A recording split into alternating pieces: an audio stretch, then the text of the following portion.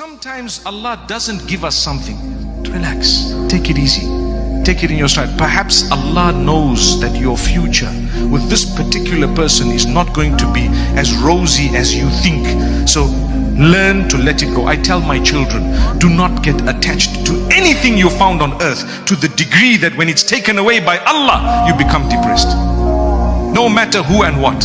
If your attachment is to Allah, you won't be let down. When your attachment is to something you found on earth, you may have a problem. We're all attached, but to what level? To a level that if it were to be taken away from you, at least you know, inna lillahi wa inna ilayhi raji'un, and Allah will help you to continue and to grow and to go. So my brothers and sisters, Allah Almighty favors us sometimes by taking us away from things. I can give you a ton of examples.